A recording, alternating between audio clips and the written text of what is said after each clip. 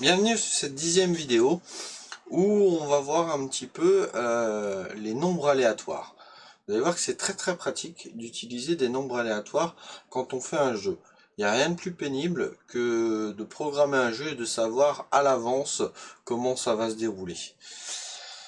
Alors, pour ça, on va faire une petite chose. Alors, je vais déjà désactiver la porte.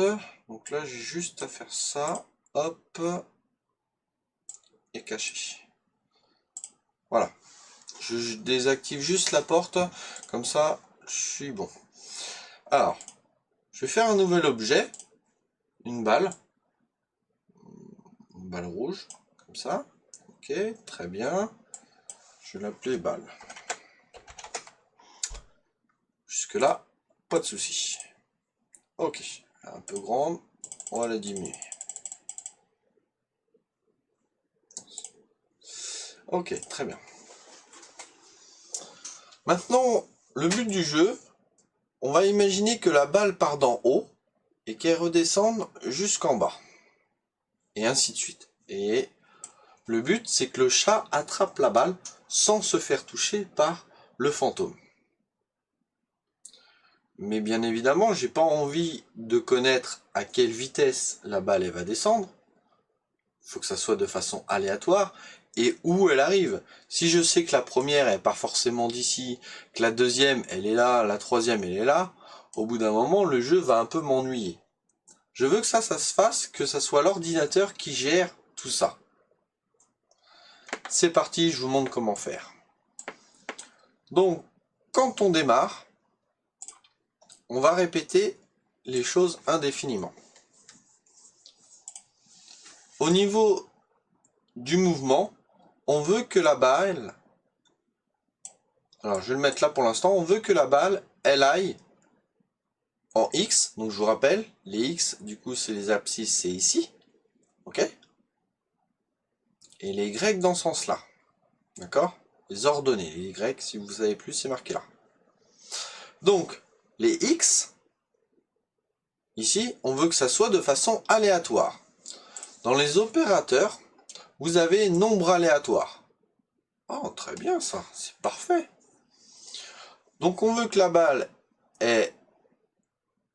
choisisse un nombre aléatoire entre ici et ici. Si on regarde notre petite flèche au niveau des coordonnées, ici, donc là ma flèche elle est là, je suis à 240, ok, et de l'autre côté, plus 240. Ok, très bien, ça me va. Donc le plus petit, c'est 240, le plus grand, 240. Et ça, on va le mettre à la place des X. Donc l'ordinateur, là, à les de X, il va choisir un nombre entre 240, entre moins 240 et 240. Ok. Les Y, on ne veut pas que ça soit aléatoire. Puisqu'on veut toujours que notre balle, elle parte du haut. Très bien. Le point le plus haut, c'est 180. Donc nous, on va mettre 200, comme ça va laisser un petit temps, comme si la balle tombait réellement. Ok? Ça, on le met là. Ensuite, on veut qu'il y ait un mouvement. On veut qu'elle glisse. Mais avant ça, non, il n'y a pas besoin de faire la direction. Là j'allais dire une bêtise. Non, on veut qu'elle glisse du coup d'un point à un autre point qu'on lui a déterminé. Le problème, ce qui se pose là, c'est que là, nous, il nous demande une coordonnée du coup en X. Eh, mais on sait pas puisque c'est aléatoire. En Y, ok, on veut que ça aille forcément en bas. Donc en Y, en bas, donc là c'est moins 180, on va faire moins 200. Ça, il n'y a pas de souci. Mais en X, comment on fait? Puisque là, on ne sait pas quel chiffre il va y avoir. Et bien tout simplement, il y a une pastille en bas, abscisse, qui va nous permettre de récupérer sa position où elle est actuellement. Donc là, je viens prendre ça.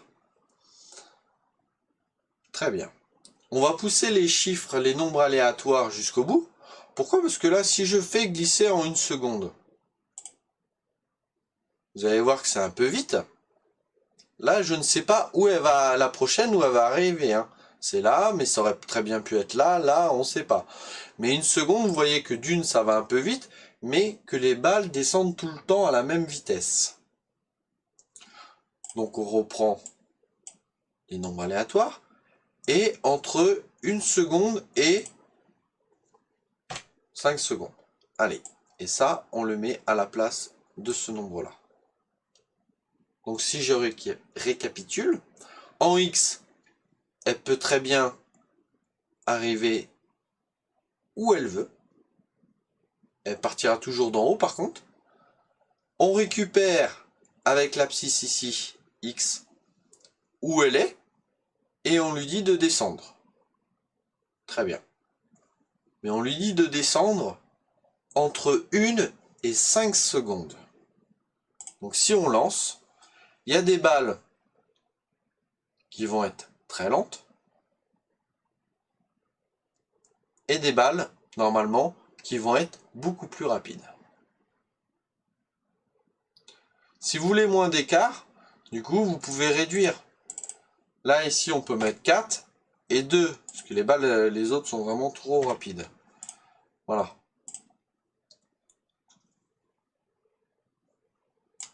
Très bien.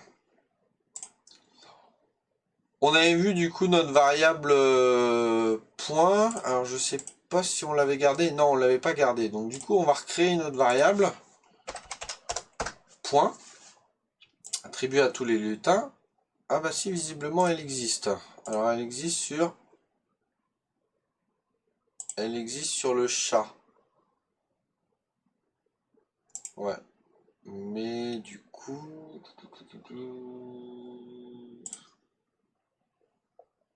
point du chat. Ok. Très bien. Donc ce qu'on va lui dire, bah, on va reprendre exactement.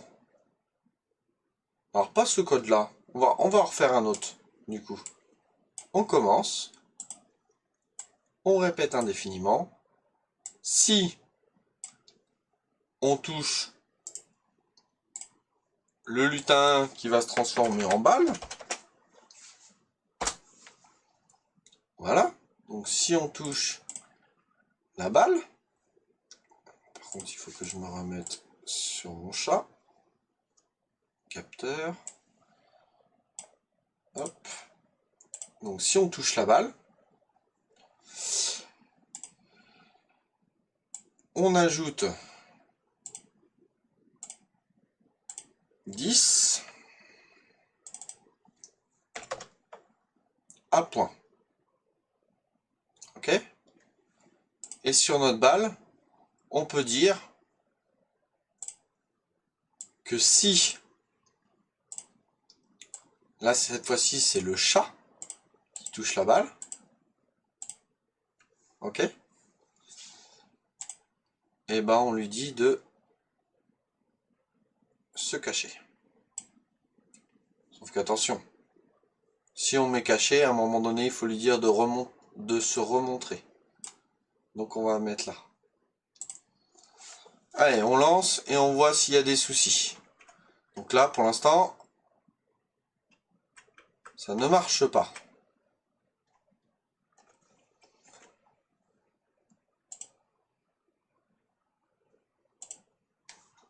Alors, ça ne marche pas. Pourquoi? Parce qu'à mon avis, j'ai pas mis la bonne variable. Point 10.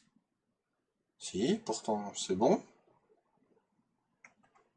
Ah, ah bah si, là ça fonctionne. Alors, par contre, on va attendre une seconde. Hop. Donc voilà. Très bien. Très bien. Mais par contre, ça ne fonctionne pas si le chat... Ah oui, je sais pourquoi. Je sais pourquoi. Je l'ai mis là pour gagner de la place, mais du coup, non, ça ne marche pas là. Tout simplement... Alors ça, c'est compliqué en programmation. L'ordinateur, il fait ça, montrer, après il fait ça, et après il fait ça. Tant qu'il n'a pas fini cette ligne-là, il passe pas à la suivante. Donc là, il dit glisser en tant de secondes jusqu'à là.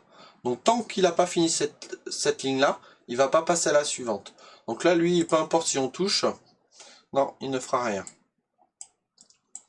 En fait, il faut juste le mettre dans une autre chose et normalement, voilà, ça fonctionne. Je me suis fait toucher par le fantôme.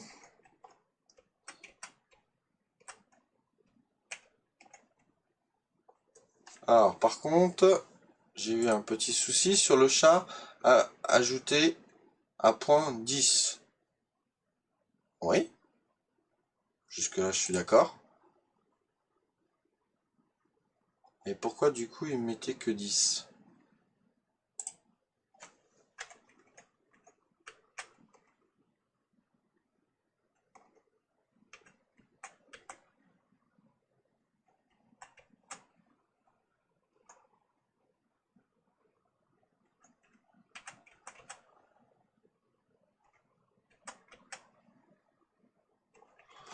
Alors, il prend pas toutes les balles. Alors, justement, ça va me permettre de vous montrer autre chose. Ça va me permettre de vous montrer autre chose. L'envoi de messages, qui est assez pratique.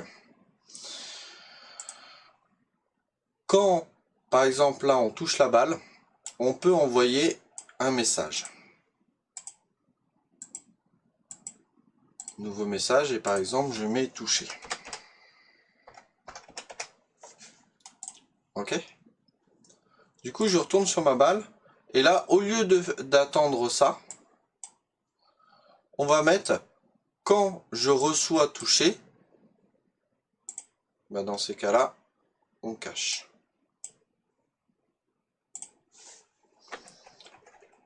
Et là, vous allez voir que normalement, ça risque de solutionner notre problème. Et que tout simplement, les choses se faisaient pas dans le bon ordre. Bon, et je suis très mauvais, le fantôme, il m'agace. Et il réapparaît une fois sur deux. Pas dans le bon sens, en plus. Mais il est très fort, ce fantôme. Ah, je sais pourquoi. Il est embêtant. On lui met de s'orienter là, s'orienter là. Oui, mais on lui dit pas au début de comment s'orienter. Donc lui, il prend le dernier mouvement.